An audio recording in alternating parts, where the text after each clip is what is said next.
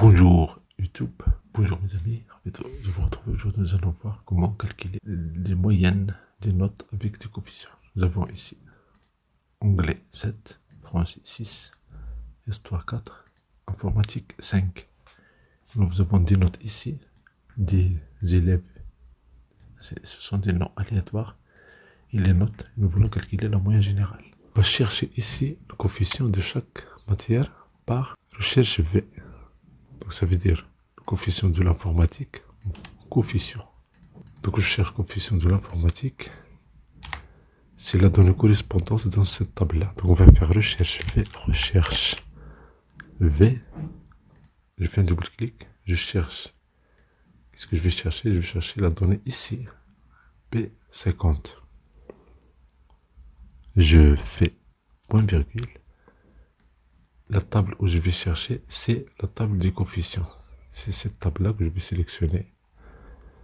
Je clique sur F4, point virgule. La colonne où se trouve le résultat souhaité, c'est la deuxième colonne, parce que la première colonne c'est J, la deuxième colonne c'est K. Donc je prends 2. Le dernier argument, attention, si on ne le met pas, c'est vrai. Ça veut dire qu'on va chercher une approximation. Excel va nous donner une approximation. Alors là, on ne veut pas une approximation, on veut une valeur exacte. Si on veut une valeur exacte, donc on prend 0. Si vous voulez écrire ça, sinon vous pouvez écrire faux. Mais normalement, si vous écrivez 0, c'est plus rapide. Et ça vous donne le résultat. Je fais CTRL entrée. Donc voici le coefficient de l'informatique, c'est 5. Si je copie ici, j'ai immédiatement les résultats. Supposons que je change le coefficient de français, c'est 10. Immédiatement, j'ai le résultat ici. Coefficient de l'histoire, c'est 9. Coefficient de l'anglais, c'est 9. Coefficient de l'informatique, c'est 14. Donc ce qu'on va faire ici, on va faire la moyenne. Maintenant, nous avons chaque matière avec son coefficient correspondant. Donc on va faire ici, on va faire égal somme prod.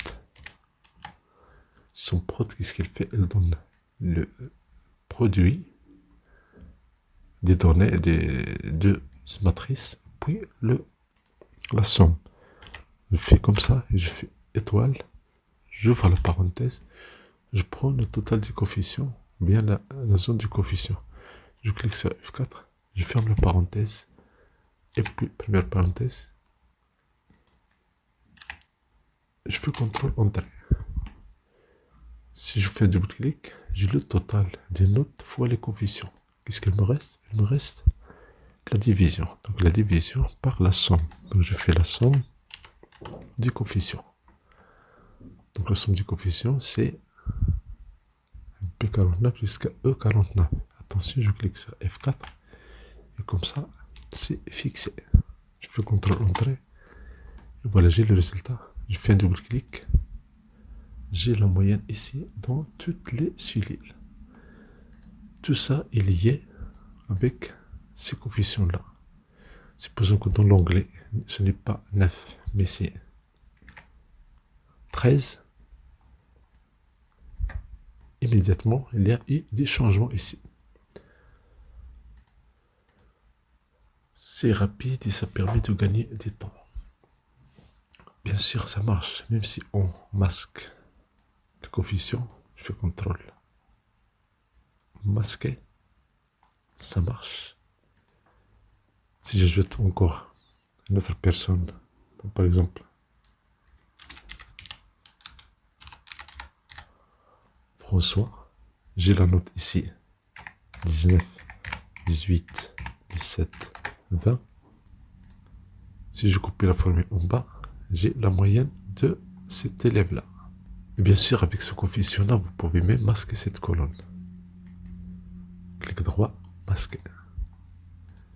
La magie de Microsoft Excel, c'est que même si on masque les cellules, les formules correspondantes ici sont actives et répondent à la question ou bien à votre problème. Merci pour votre temps, merci de vous abonner à cette chaîne, merci d'activer la notification pour recevoir des vidéos utiles et agréables.